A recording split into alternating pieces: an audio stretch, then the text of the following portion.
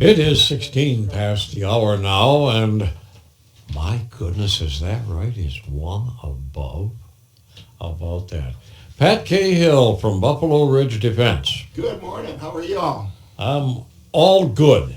Well, that's awesome. Yeah, but it got cold. It did get cold. Yeah, that's okay. And that brings us to Buffalo Ridge Defense is all about saving lives, and that brings us to a great topic today because of the cold. All right. And we're talking about the winter safety checklist and having a winter safety checklist for your car when you travel, and things you want to do with that. So, and the importance of it, right? Because bad things happen in cold weather, right? They do. And guys on the air earlier have been talking about, you need to be really careful because you don't want to get stuck out on the roadside in this weather. Well, you don't. And Unless you have you're to prepared. have a plan, especially when you're traveling or you're moving and we're coming into the holiday season, people are traveling. You have to have a travel plan. I'm also a pilot, and we have flight plans, and we're on the water, we have float plans. Sure. But and that's primarily so when we leave, wherever we leave from, and we have a time we're supposed to arrive at our destination, if we don't get there, someone starts looking for us or calling to find out what happens. Now, people have gotten lax because they have cell phones in their car. They think cell phones are great, right? Yeah, sure. And they can do that. But, when you're planning, when you're traveling in the winter, especially when it's below zero, you need to, number one, know your route. So you have a plan so you know which way you're going. Don't try to discover it. Yep. It's not as important here as it is in the mountains and other places where they close passes, close things. Sure. You get up there, it closes, no one's coming to plow you out. You're stuck, right? There you are for the winter. And some of the back roads, even here in the county, up in the Barrens or in your other places, while they get to the roads and plow them as quickly as they can, they're not as efficient as living downtown Amory, right? and really? The fact that they're plowing. So you have to know your estimated time of arrival, your ETA, when you're getting somewhere. And you have to tell someone you trust. And that's not the person riding in the car with you. That's maybe the person that's also going to be at your destination. Hey, say we're leaving now. We'll be there in an hour, a couple hours. If you're driving from here to Bloomer, from here to Rice Lake, wherever you're going, you let them know, especially if you travel at night. So you have to make sure you have a travel friend that you call and tell what your plans are, and that they can check on you. You can just simple text message. We're leaving now. Sure. Talk to them ahead of time. Leaving now. Got to our destination, and when you come home, same thing. Even if it's going out to dinner, it's simple little things like that you want to look at. Because you have to understand, we all have to talk about what the danger of cold is, right? So, and cold in blizzard conditions especially can affect you really fast. Frostbite.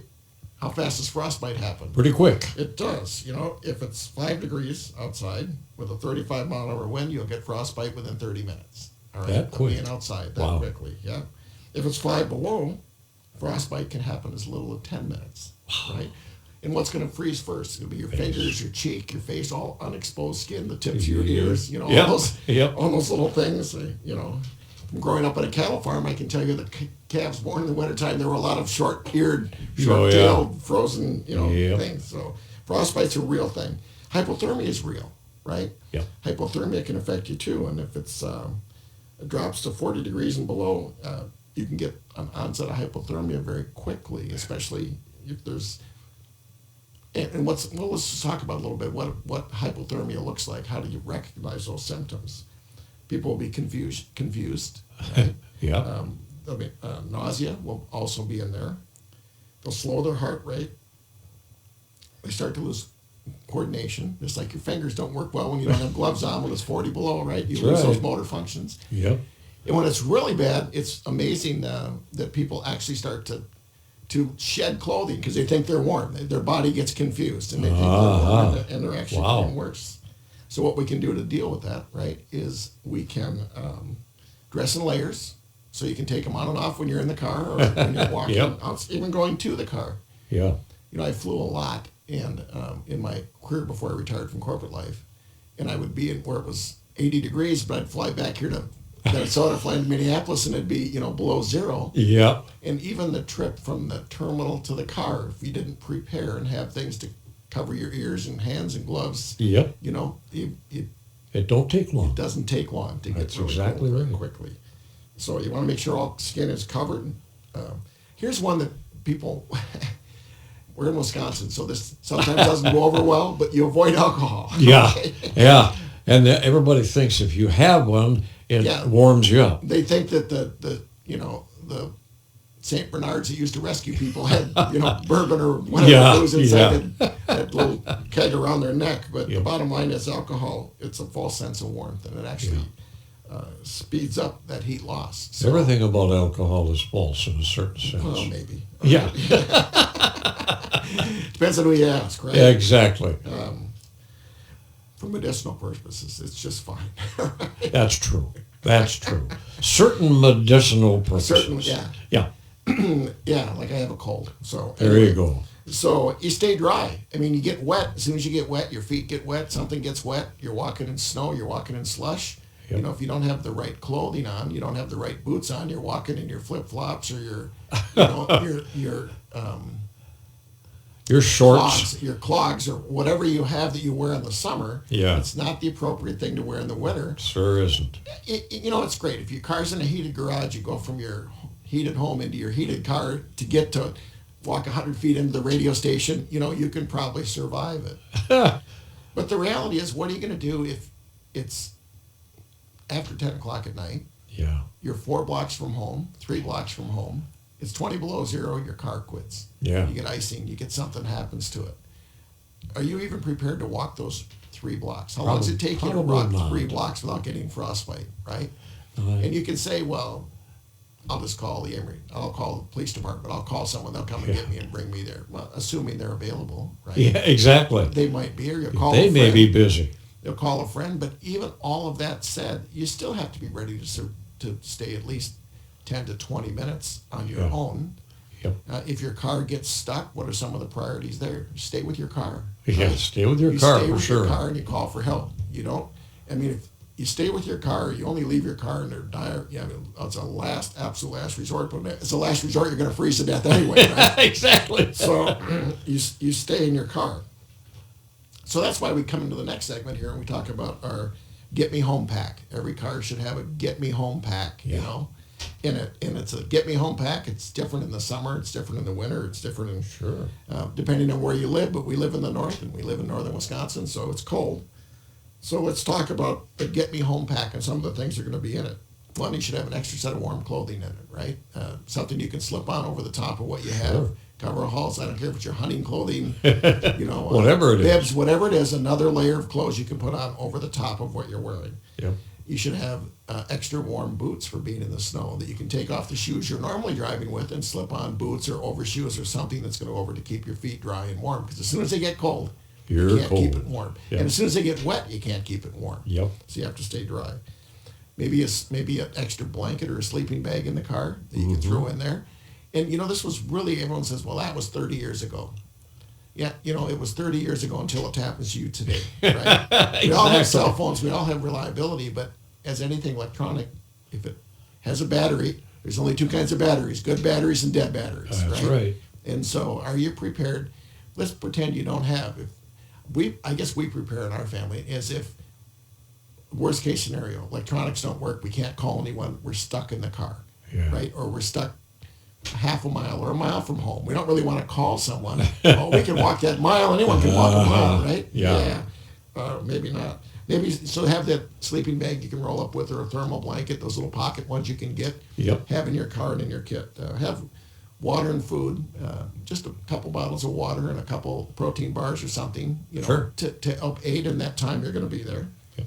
A flashlight with extra batteries. Don't forget the extra batteries. You got to have the extra batteries. And if Yeah. you have one stored in your Get Me Home bag, the flashlight that's in there, I'd recommend storing it without the batteries in it. Just have the batteries for it in their pack ready to go, Yeah. just like you buy them in the store. But don't put them in until you absolutely need it. Put it in once to test it, I guess. For batteries. Well, you got to do that. Yeah, but make sure the light bulb and everything works on the light. But after that, just store it with the batteries, not necessarily with the batteries in it, so it can't get knocked down. You should have a first aid kit, some type of simple little first aid kit that's you might cut yourself trying to change a tire when it's cold. I mean, this could be just changing a tire. It doesn't have to be you're stranded, right? Yep. Tires are a lot better than they used to be when I was growing up. And roads are a lot better. And tires don't go bad they anymore. just hardly do, right? And we all right. think we can push the button and call AAA and get their help, right? That's, of course, if our cell phone's working. Exactly. Have extra phone chargers or maybe even an extra portable phone charger that you can plug your phone into in case your car's electronics completely quit. Shovels and ice scrapers. We just had our first ice. I saw people out there with their credit cards Oh, yeah. scraping away in the windshield because they didn't have their little ice It's a scrapers. hard way to do it. And it's a hard way to do it. Yeah. Right? And so you need to have that.